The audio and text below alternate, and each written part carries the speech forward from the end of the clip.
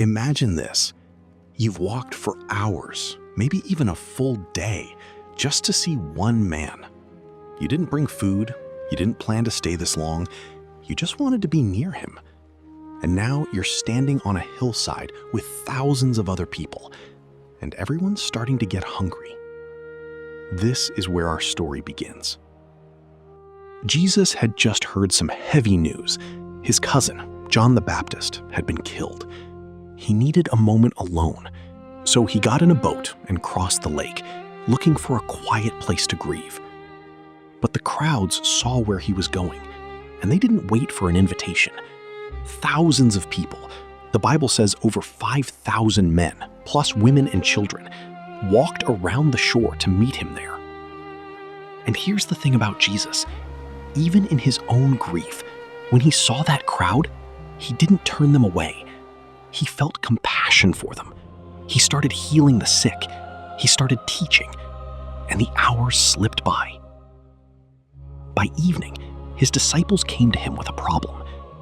"Send the people away," they said. "It's late.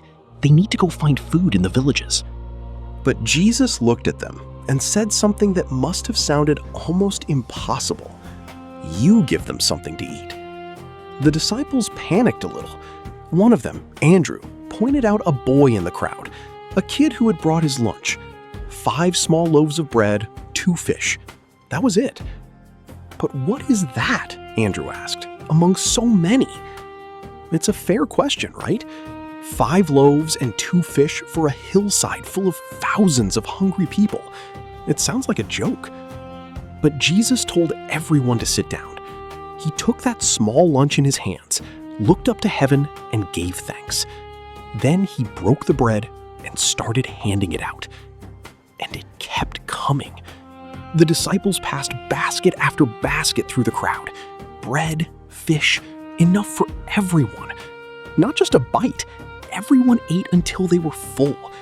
And when it was all done, they gathered up the leftovers. 12 baskets full. More food left over than they'd started with. 5,000 men, and their families besides, fed from one boy's lunch. So what's the story really about? It's not just about a meal.